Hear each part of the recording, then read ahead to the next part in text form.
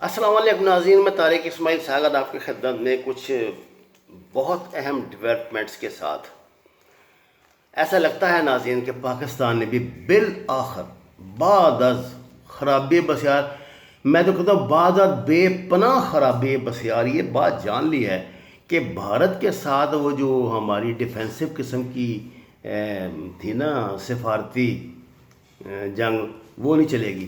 بھارت کے ساتھ سفارتی محاذ پہ اگریسو ہونا پڑے گا، ورنہ ہمیں 100 پیاز بھی کھانے پڑیں گے، 100 جوتے بھی کھانے پڑیں گے۔ کل میرا تو دل بڑا ہی خوش ہوا، کیونکہ ہم تو یہ بات بہت پہلے سے جانتے تھے نا کہ بھارت میں پرائیویٹ آرگنائزیشنیں یہ تو ادھر ہماری طرف کرتے رہتے ہیں نا، ہر بات میں حافظ سعید صاحب کی طرف یا دوسروں کے کہ یہ انہوں نے تنظیمیں بنائی ہوئی ہیں۔ اصل میں آپ کو شاید اس بات کا علم ہو کہ دیکھیے نا، یہ جو ٹرین تھی، سمجھوتا ٹرین، اس کو کس نے آگ لگائی تھی؟ اس میں کون ملوث تھا؟ بھارتی فوج کا، آرمی کا سرونگ کرنل تھا۔ یہ جتنے دھماکے مسلمانوں کے نام پر یہ مندروں میں کیے گئے تھے، ان میں کون انوالو تھا؟ ان میں پرگیا ٹھاکر اور وہی کنر روہت کے جو ساتھی تھے وہ انوالو تھے، اور یہ بہت بڑی انہوں نے بہت بڑا یہ گروہ پکڑا تھا انڈیا نے۔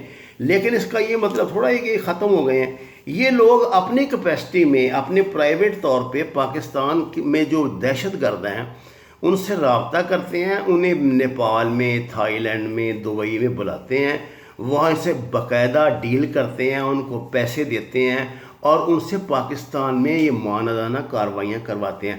آپ یقین کیجئے جتنا ہمارا یہ مین سٹریم میڈیا ہے، اس میں جو صحافی آپ کو نظر آتے ہیں نا مشکوک قسم کے، وہ سب کہیں نہ کہیں ان کے ساتھ انوالو ہوتے ہیں۔ ان کا طریقہ واردات بڑا زبردست۔ دیکھیے بھارتیہ جو ان کا جو گرو ہے، اس کا چنکیہ جو ہے، وہ ارتھ شاسترا میں لکھتا ہے کہ 4 طریقے یہ کرتے ہیں،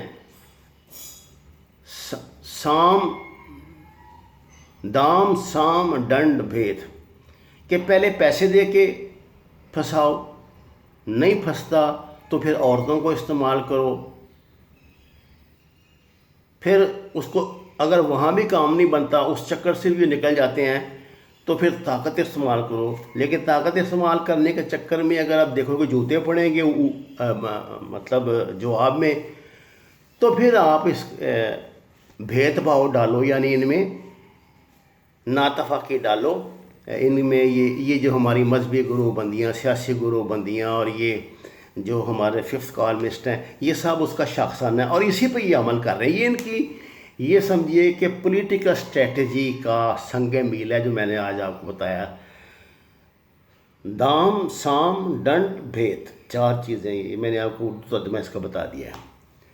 تو انڈیا میں ایسی یہ انتہا پسند آرگنائزیشن قائم ہیں جو پاکستان میں دہشت گردی کے لیے نہ صرف اپنے بندے بھیجتے ہیں، بلکہ جو یہاں ایکٹیو دہشت گرد ہیں ان کو متحرک رکھتے ہیں۔ زیادہ تر یہ یہی کام کرتے ہیں، بزدل ہیں نا، خود تو یہ جانے سے ڈرتے ہیں۔ آپ کو پتہ ہے کہ جو ان کا وہ تھا چیف آف آرمی اسٹاف، اس نے جب یہ تقریر کی تھی، یہ بھی، اور اس کو چھوڑو جی، یہ جو ہے اجیت ڈوال، اس کا کیا فلسفہ ہے؟ وہ کہتا ہے کہ ہمیں کیا ضرورت ہے پاکستان میں جا کے اپنے بندے مروانے کی، وہاں تو آلریڈی یہ دہشت گرد ہیں،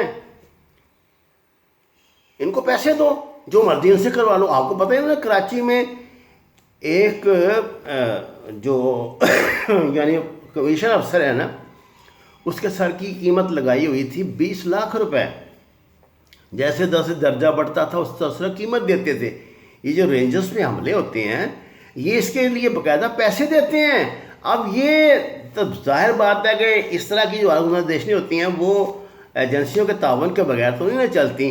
تو اچھا، اب پاکستان نے ایک بہت بڑا دھماکہ کر دیا ہے۔ پاکستان نے 4 بھارتیوں کو دہشت گردوں کی فہرست میں شامل کر دی ہے اور ڈیمانڈ کی ہے کہ ان کو گرفتار کر کے ان کے خلاف مقدمات قائم کیے جائیں۔ یہ ہیں جی، یہ لوگ جو ہیں یہ ٹی ٹی پی، جماعت الاحرار اور دوسرے جو دہشت گرد ہیں ان کی مدد کرتے ہیں۔ یہ پاکستان نے پورے ثبوت جو ہے نا وہ دے دیے ہیں متعلقہ کارنرز کو، اور ان کے نام ہیں دینو ماریو ڈونگارا، اجے مستری، گوبند پٹنائک اور انگارا باچی، یہ 4 بندے ہیں جن کا پورا ڈیٹا پاکستان نے دیا ہے کہ انہوں نے یہاں کے جو دہشت گرد گرفتار ہوئے ہمارے یہاں ان کے بیانات کی کاپیاں بھی فراہم کی ہیں یو این او کے ذریعے، جو متعلقہ یہ کنسرن ڈپارٹمنٹ ہیں ان کو، اور ہماری جو ترجمان ہے دفتر خارجہ کی، انہوں نے کل یہ بیان جاری کیا ہے، ان بندوں کے نام، ان کی تصاویر اور یہ سارا کچھ بھی بتایا دنیا کو۔ اور سب بات یہ ہے، یہ انڈیا کہتا رہتا ہے جی یہ حافظ سعید دہشت گردی کروا رہا ہے، یہ وہ جو ہیں ہمارے دوسرے مولانا صاحب وہ دہشت گردی کروا رہے ہیں، یہ کروا رہے ہیں، وہ کروا رہے ہیں۔ یہ جن لوگوں کے نام لیے گئے ہیں نا، یہ جتنے دہشت گرد یہ گرفتار ہو رہے ہیں نا کراچی سے، لاہور سے، اور اب یہ نئی جو سیریز ہوئی چھوٹی چھوٹی دہشت گردیوں کی، یہ سب کو ان کی پشت پناہی حاصل تھی، اور یہ بہت بڑی پاکستان نے جو ہے یہ بہت بڑا اس پہ ان پہ سفارتی حملہ کیا ہے۔